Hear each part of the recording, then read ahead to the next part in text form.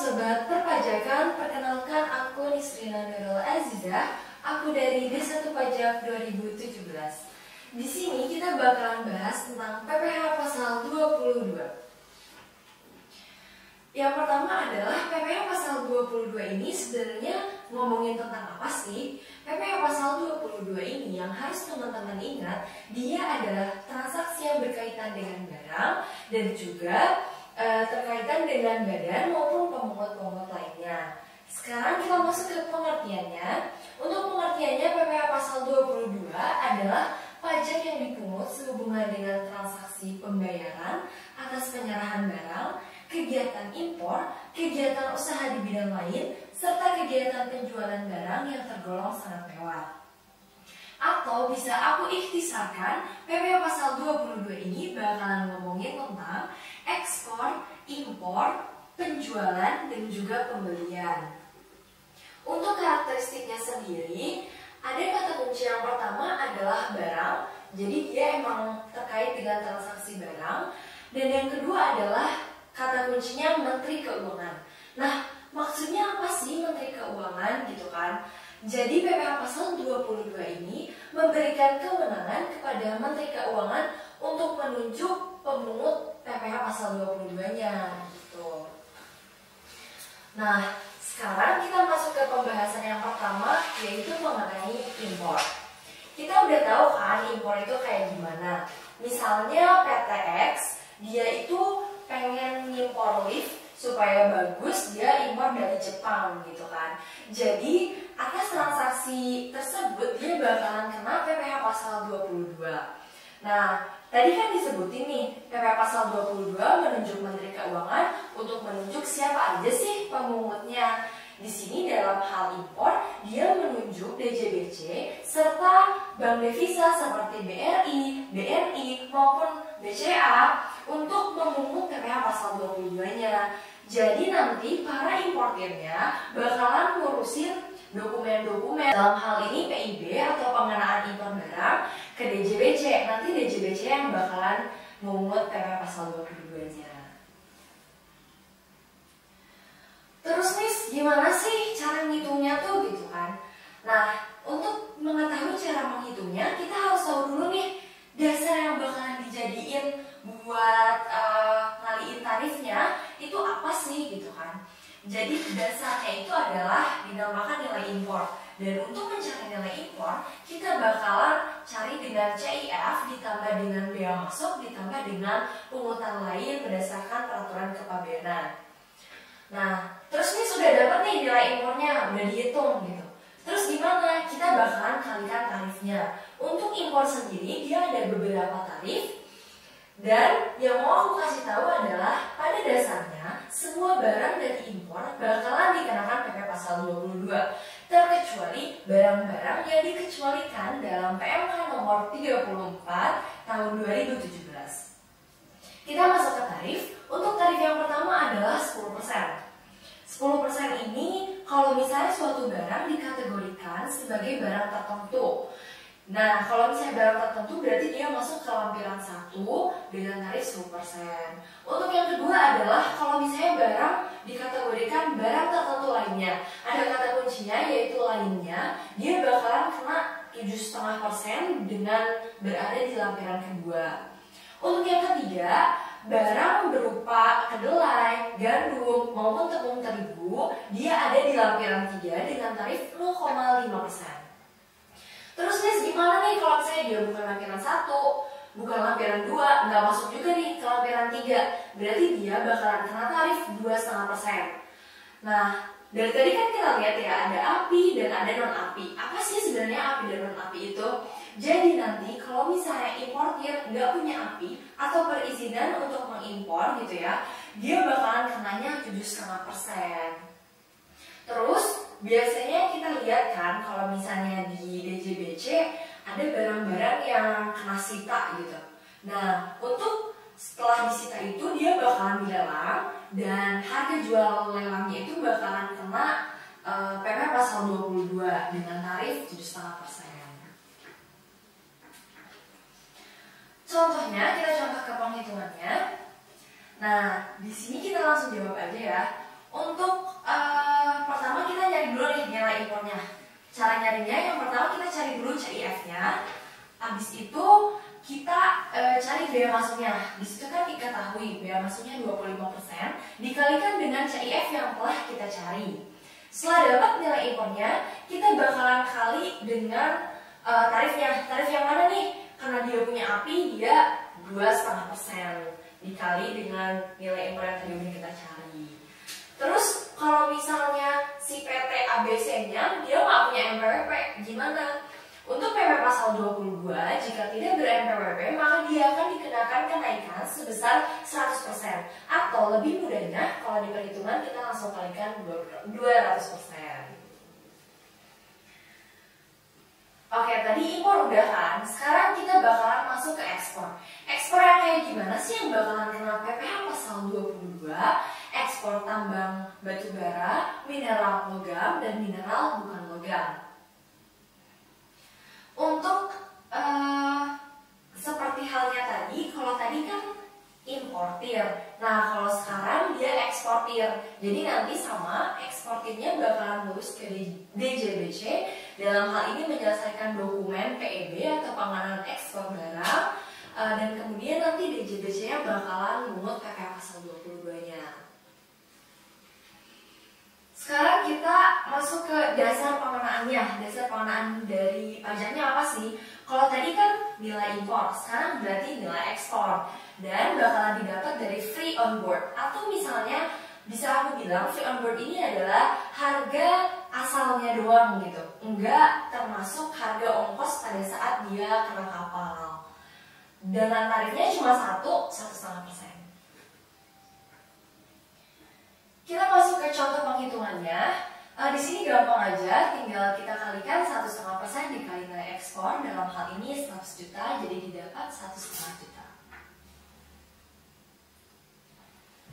Impor udah, ekspor udah. Sekarang masuk ke pembelian. Pembelian barang, tapi yang dilakukan oleh bendahara atau KPA. Jadi bendahara bisa bendahara pemerintah, bisa bendahara pengeluaran, atau KPA atau penagih SPM. Nah, untuk pembelian sendiri ada kata kuncinya. Jadi dia itu pasti ada syaratnya gitu loh. Untuk syaratnya yang pertama untuk bendahara pemerintah ini jumlahnya itu kalau 0 sampai 2 juta dia nggak kena nih PPh pasal 22. Jadi kalau misalnya PKN STAN dia beli alat tulis misalnya cuma 500.000, berarti dia nggak kena PPh pasal 22. Terus kalau dia bayar air, bayar listrik, bayar BBM, BBG, pelumas, bahan bakar yang lain, dia juga nggak kena. Terus kalau dapat dana BOS, nah dia nggak kena juga. Atau beli gabah ataupun beras, dia pun nggak kena. Untuk tarifnya sendiri 1,5% dari harga beli exclude PPN. Kita masuk ke contoh penghitungannya. Di sini disebutkan bendahara pemerintahnya dalam hal ini Pemda Banten membeli komputer dengan nilai sebesar 16.500.000 termasuk PPN. Karena dia termasuk PPN, kita harus gross up dulu nih sebelum PPN-nya berapa gitu. Didapatlah sebelum PPN-nya 15 juta, baru kita kalikan dengan tarifnya 1,5%. Yang selanjutnya masih di pembelian. Kalau tadi pembelian oleh bendahara pemerintah, kalau yang sekarang pembeliannya oleh badan usaha tertentu. Badan usaha tertentu itu kayak gimana sih? Contohnya kayak BUMN atau badan usaha dan BUMN hasil restrukturisasi, atau masih banyak nih contoh-contoh yang lainnya. Kalau tadi aku sebutin, kalau pembelian ada syaratnya kan. Nah, di sini juga ada syaratnya, hampir sama dengan yang bendahara pemerintah. Bedanya adalah kalau yang tadi cuma minimalnya itu 2 juta ke atas, kalau yang ini 10 juta gitu. Jadi kalau misalnya 0 sampai 10 juta dia nggak akan kena nih PPh pasal 22. Kayak misalnya dia BUMN-nya beli furniture cuma harganya 8 juta, berarti dia nggak kena PPh pasal 22. Terus kalau misalnya gabahnya juga dibeli oleh Bulog ataupun pembelian bahan pakan oleh Bulog, dia juga nggak kena PPh pasal 22. Tarifnya untuk pembelian masih sama 1,5% dari harga exclude PPN. Nah, terus tadi kan udah dikasih tahu nih pembeliannya pasti 1,5%. Tapi gimana kalau pembeliannya hasil perkebunan, perhutanan, pertanian, peternakan maupun perikanan? Itu ada tarifnya sendiri 0,25% dan bakalan kita bahas lebih lanjut di menit selanjutnya. Sekarang kita masuk ke contoh soalnya. Untuk yang A dia nggak kena PPh pasal 22 karena dia di bawah 10 juta. Dan untuk yang B dia membeli bahan bakar dan juga benda-benda pos, dia juga nggak dikenakan pungutan PPh pasal 22. Dan untuk yang C dia bakalan kena karena dia lebih dari 10 juta, dia 30 juta, maka dia bakalan dipotong dengan cara penghitungannya 1,5% dikalikan dengan DPP-nya yaitu 30 juta, maka didapat 450.000. Tadi pembelian udah, sekarang kita masuk ke penjualan. Penjualan yang kayak gimana ya kena PPh pasal 22? Yang pertama adalah penjualan hasil produksi badan usaha tertentu kepada distributor dalam negeri. Di sini aku tekankan bahwa dia menjualnya ke distributor ya. Jadi kalau misalnya PT A jual ke aku bukan distributor, jadi dia nggak akan kena PPh pasal 22.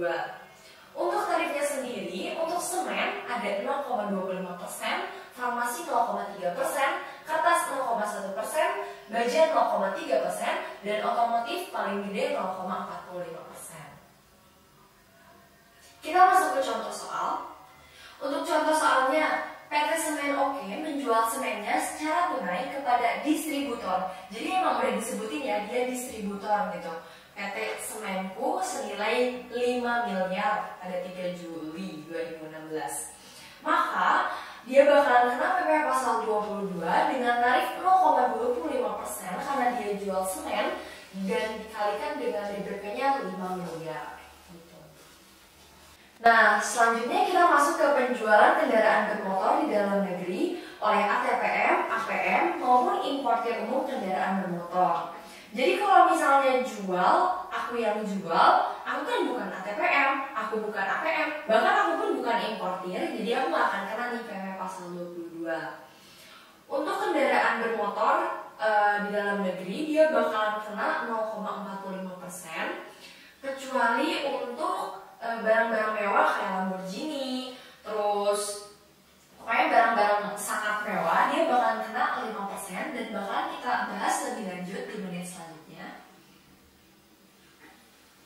Nih, di sini kita masuk ke contoh soalnya. PT ATPMO, jadi emang udah disebutin ATPMO adalah sebuah perusahaan bergerak di bidang otomotif. Perusahaan tersebut menjual mobil kepada PT Motorindo senilai 2 miliar. Maka dia bakalan kena tarifnya 0,45% dikalikan dengan DPP-nya 2 miliar. Yang selanjutnya adalah PPh pasal 22 atas penjualan BBM, BBG, dan pelumas. Nah, untuk tarifnya sendiri, kalau misalnya dia BBM, terus Pertamina dan SPBU, dia bakalan kena tarif 0,25%. Dan kalau misalnya dia BBG, pelumas maupun Pertamina dan SPBU, dia bakalan kena tarif 0,3%. Terus kita kan biasanya suka lihat kan, kayak ada agen-agen gas, terus BBM dan lain-lain. Nah, di situ sifatnya final. Jadi maksudnya apa sih nih kalau misalnya sifatnya final? Jadi dia kalau misalnya nggak punya NPWP, dia nggak akan kena kenaikan 100% kayak yang sebelum-sebelumnya. Kita masuk ke contoh perhitungannya. Untuk contoh perhitungannya, di sini PT SPBU adalah sebuah perusahaan yang bergerak sebagai penyeluruh SPBU Pertamina. Perusahaan tersebut membeli BBM dari PT Pertamina senilai 1 miliar pada 7 Juni 2016. Karena dia beli BBM, berarti dia kena tarifnya 0,25% dikalikan dengan DPP-nya 1 miliar. Sekarang kita bakalan masuk ke pembelian yang sempat aku singgung juga, pembelian hasil kehutanan, pertanian, peternakan, perikanan, dan perkebunan, tapi yang belum melalui proses industri manufaktur. Harus diingat ya, belum melalui proses industri manufaktur oleh badan usaha industri ataupun eksportir. Di sini untuk tarifnya sendiri adalah 0,25%, Dan seperti yang aku bilang, kalau pembelian dia ada syaratnya. Untuk syarat dari perkebunan dan lain-lain ini adalah jumlahnya minimal 20 juta ke atas kalau misalnya dia bakalan kena PPh pasal 22. Kalau di bawah berarti dia nggak kena. Sekarang kita masuk ke contoh perhitungannya. Untuk contoh perhitungannya adalah di sini kan dia industri pengolahan ikan gitu, terus membeli bahan untuk keperluan industrinya senilai 2 miliar, maka dia kena tarif 0,25% dikali dengan 2 miliar. Sekarang kita masuk ke pembelian juga, tapi pembelian komoditas batubara, mineral logam, dan mineral bukan logam dari badan usaha atau orang pribadi pemegang izin usaha pertambangan. Jadi kalau misalnya ada badan usaha, dia mau beli batubara dan lain sebagainya, dia bisa ke OP ataupun ke badan, tapi yang harus punya pemegang IUP gitu, dia punya izin usaha pertambangannya. Untuk tarifnya sendiri 1,5%. Sekarang kita masuk ke contoh penghitungannya. Di sini PT Logamo membeli batubara. Berarti batubara dia masuk dong kayak yang tadi. Berarti dia kena tarif 1,5% dikalikan dengan DPP-nya 15 miliar. Sekarang kita lanjut lagi ke penjualan. Di sini kita bahas penjualan emas batangan di dalam negeri. Jadi kalau misalnya badan usaha dia jual beli emas batangan, dia bakalan kena tarif 0,45%. Kecuali si badan usahanya jual ke BI, dia nggak dikenakan pungutan PPh pasal 22. Contoh penghitungannya, di sini PT Emas itu adalah perusahaan yang emang memproduksi emas batangan. Dia jual emas kepada PT Berkilau senilai 200 juta, maka dia bakalan dikenakan PPh pasal 22 dengan tarif 0,45% dikalikan dengan 200 juta dan didapat 900.000. Terus yang sempat aku singgung tadi kayak misalnya Lamborghini yang termasuk tergolong barang-barang sangat mewah, dia kan tarifnya 5% nih. Nah, sebenarnya yang tergolong sangat mewah itu yang kayak gimana sih? Tergolong sangat mewah itu kayak pesawat terbang atau helikopter, kapal pesiar, rumah. Nah, rumah di sini itu ada syaratnya juga. Rumahnya itu untuk harga pengalihannya lebih dari 5 miliar dan atau luas bangunannya lebih dari 400 meter persegi. Untuk apartemen masih sama, kalau misalnya harga pengalihan lebih dari 5 miliar, tapi luas bangunannya itu lebih dari 150 meter persegi aja. Terus yang selanjutnya adalah kendaraan bermotor beroda 2. Dia harus harga jualnya lebih dari 300 juta atau kapasitas silinder lebih dari 250 cc. Dan untuk mobil, sekarang masuk ke mobil, dia ini yang harus aku tekankan adalah untuk mengangkut orang. Jadi kalau misalnya truk, semewah-mewahnya truk, kalau misalnya dia mengangkut orang, berarti dia nggak kena PP pasal 22. Dan si mobil ini minimal itu, pokoknya dia itu harus kurang dari 10 orang. Sekarang kita masuk ke contoh penghitungannya. Dia PT Motorku menjual kendaraan bermotor beroda 2 berkapasitas silinder 500 cc. Berarti dia lebih dari 250 cc kan? Maka dia bakalan kena PP pasal 22. Dan karena dia belum ber-NPWP, dia bakalan kena kenaikan senilai kenaikan 100%. Maka untuk penghitungannya dapat dikalikan 200%.